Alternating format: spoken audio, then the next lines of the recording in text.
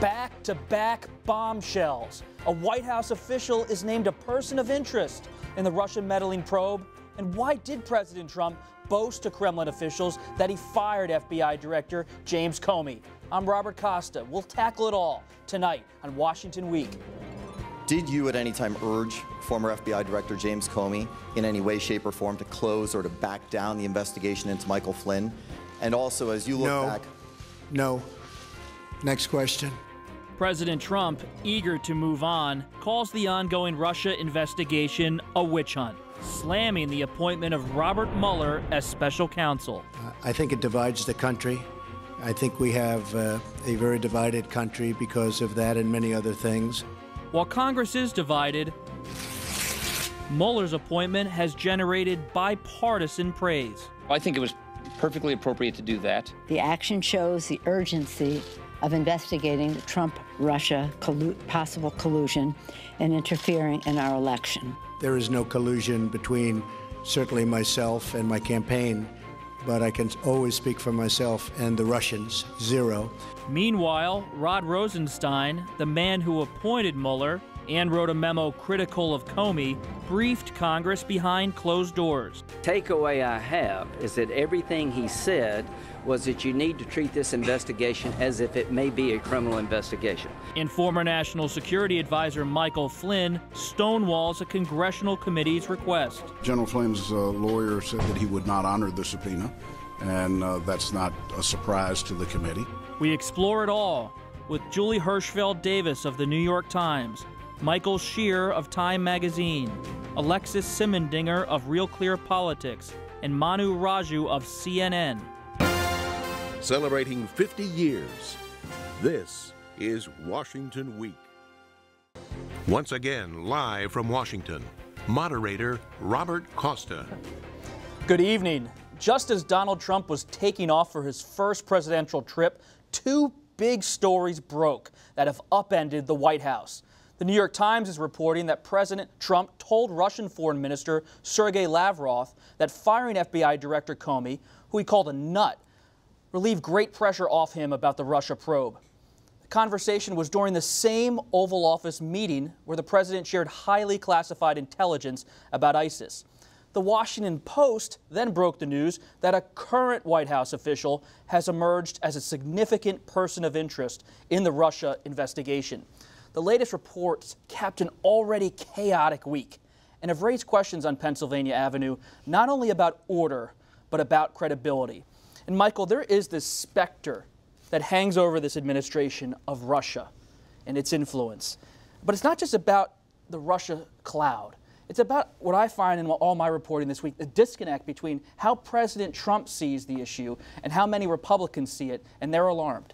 Yeah, it's really a drama that's playing out within the president. He is incredibly, and he has been for weeks now, emotional about this issue. He feels wronged. He's telling everyone around him they're not doing enough to protect him, and he is making decisions that are just not based in clear thinking. You know, one of the parts of the New York Times story today was that he told the Russians the day after he fired Comey that this Russia thing is now going to go away from me, which in retrospect is a crazy thing to say. But I think he really believed when he came back from his weekend in New Jersey and decided he was going to fire Comey that there would be, as he said in his press conference yesterday, bipartisan support for this, and that he could actually help himself in the Russia investigation. I mean, that reporting actually seems to be true.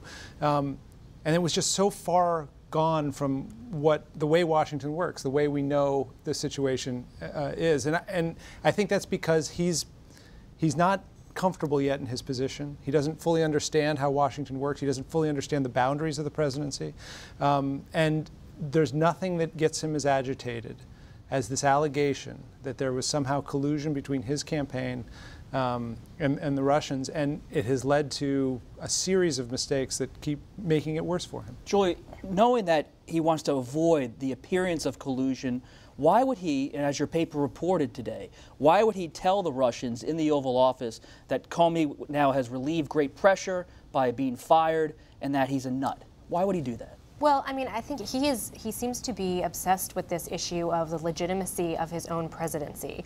And one of the things that came out in the story about what the classified information that he shared with the Russians was that he was essentially boasting that I have access to great intelligence, the best intelligence, and let me share what I know. And it almost feels like this was in that vein, that I've taken care of this. This was going to be a bad thing for me, but this guy was crazy, and I just took care of it, and now I'm fine. But perversely, of course, by saying that, whether or not it is the case that he was trying to obstruct justice by firing Jim Comey, by asking Jim Comey before he was fired to drop the investigation of Mike Flynn, whether or not any of that is the case, what he has said to the Russians, what is now public, appears that he was trying to do that. And by saying that the pressure on him was relieved, he's essentially given new life and new breath to the storyline that he was trying to shut down by dismissing Jim Comey. And so it's sort of all worked the opposite way for him. But Alexis, the pressure wasn't really relieved. When I was calling my White House sources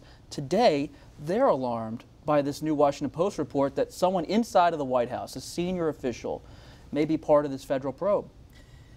Yeah. The reason why they're alarmed, and the way it was explained to me, and I think this is the first thought I had too, is that the White House had been arguing that all of this may have been for nothing, but it also had to do with the campaign, something in the past. In the president's mind, this was in the past. Now, the discussion publicly is that it involves people who are now in the government and very close to the president. So that changes the dynamic for the investigation itself.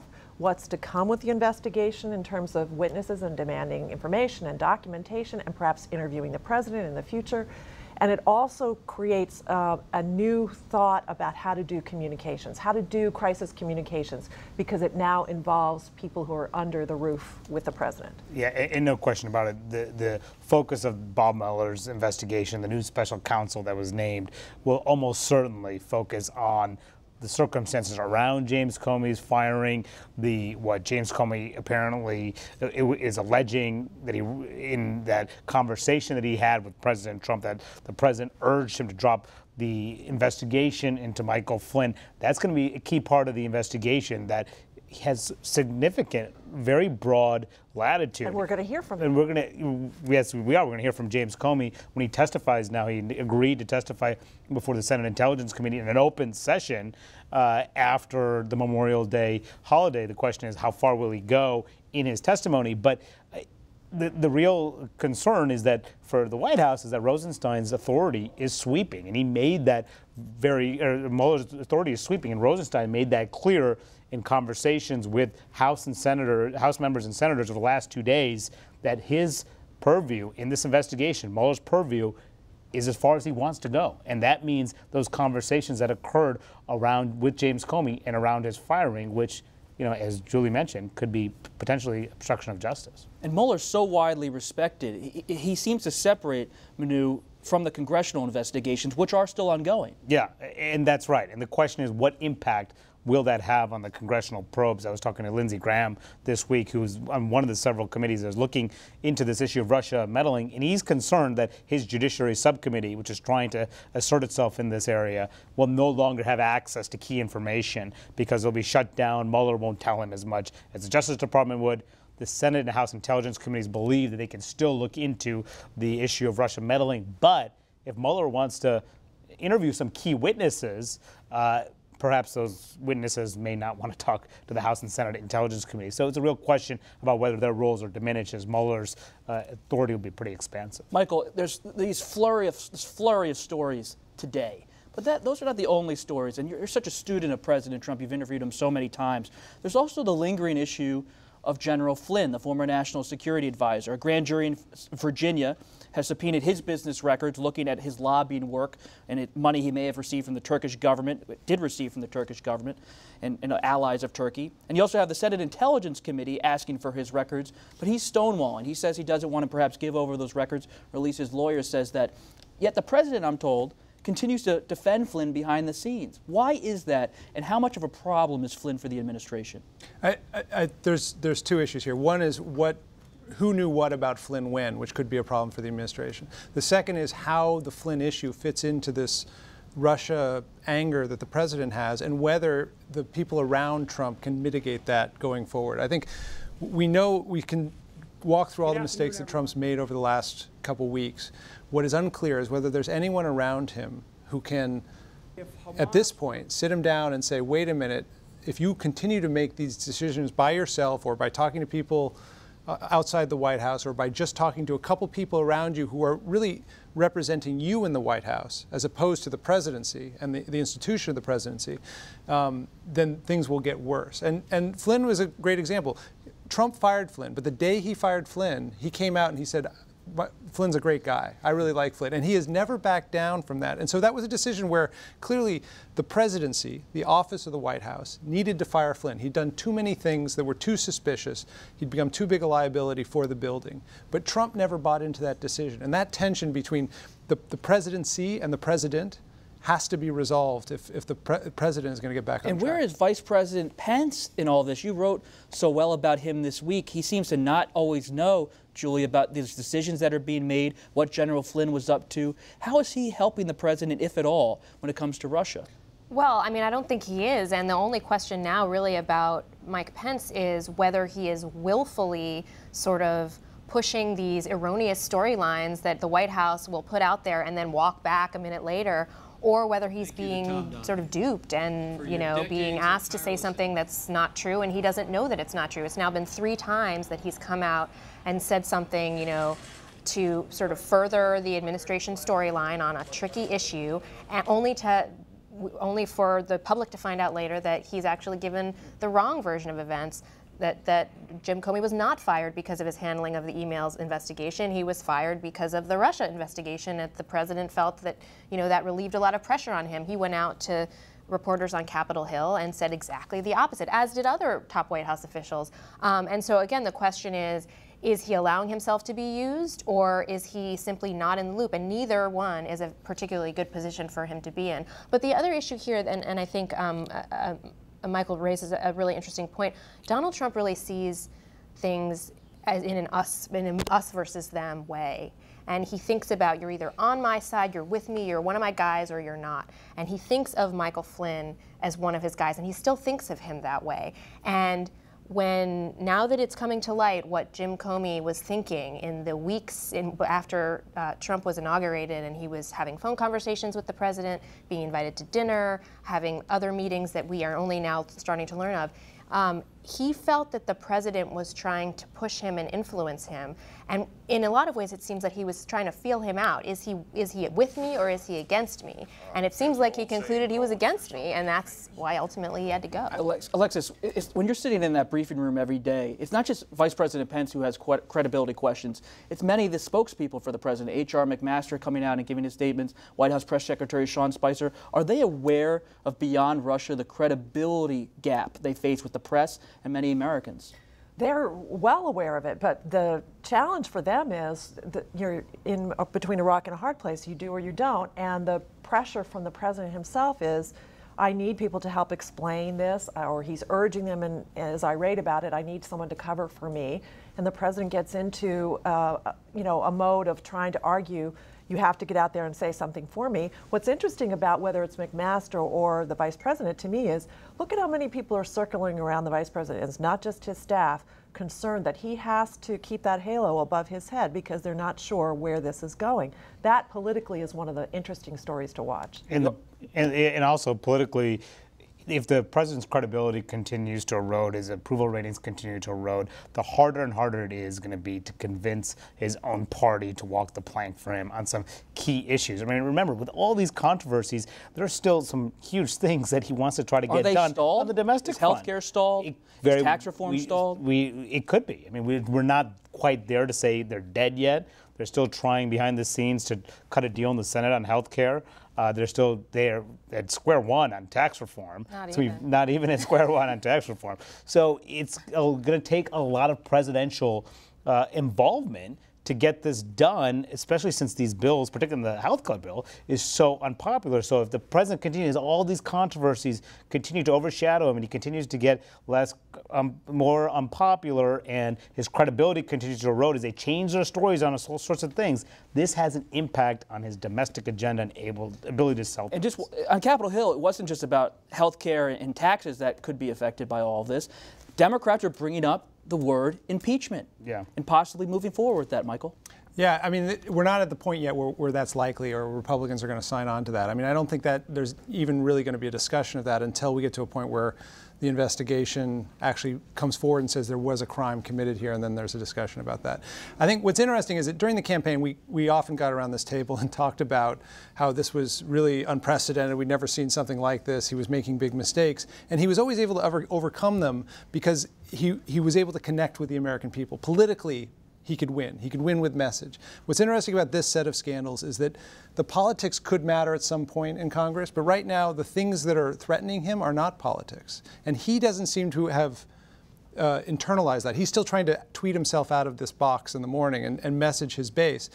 You know, if you have a special counsel coming after you, if you have Jim Comey coming after you, you can't groom your way out of that. I mean, the calls with Comey were so interesting because it came after he fired Preet Bharara, the New York federal prosecutor, after saying to Preet, you can keep your job. And Preet afterwards came out and said, you know, it was weird. He never told me why he fired me. And between the time he said, you can keep your job, and the time he said I was fired, he called me a few times. And Preet found that very unusual. But I think Trump came into office thinking he could run the government. Comey felt very uneasy about how he was treated. There's this story, I believe it was in the New York Times, about how Comey tried to blend into the curtains inside of the White House, but the president still tried to embrace him. I mean, when I hear from my sources on Capitol Hill, Republicans and Democrats, and they talk about Mueller, you know why they really like Mueller? Because Comey had credibility questions with both sides.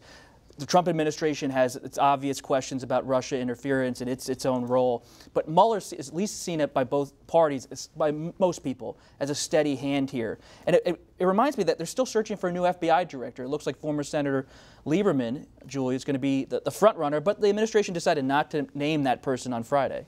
Well, that's interesting because I wondered when our story came out about what he had said to the Russians in the Oval Office about firing Comey. I know that they were given some notice for the story so that we could get a comment from them, and I had to wonder whether their decision, which was a fairly last-minute decision, they were saying all the way up until this morning that they were still hoping to name someone on Friday, had something to do with that they didn't want like the new storyline, because I think they are looking for something of a reset with whoever they announce, to be all caught up in, you know, this backward-looking, why was Comey fired, you know, was it about Russia? But for sure, I think it's sort of an extraordinary circumstance the president finds himself in. He is his White House now, we know a top member of his administration in the White House is being investigated by the FBI, and he has now fired the FBI director and is naming another one. And that person is going to come in with an enormous sort of cloud and in the midst of a lot of turmoil following Comey's firing. Can I just add, you know, we were talking about what are the impacts of this inside the White House or inside the administration. I think it's worth just reminding people that when you have a scandal like this, that it is very consuming inside the West Wing.